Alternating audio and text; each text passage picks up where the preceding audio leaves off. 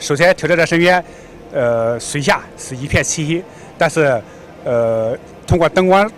视频系统，我们可以看到挑战者深渊一个真实的世界，让我们感觉非常震撼。在挑战者深渊还是有不少像钩虾海参等生物，在那么一片荒芜的环境下能够生存，确实超出很多人的想象。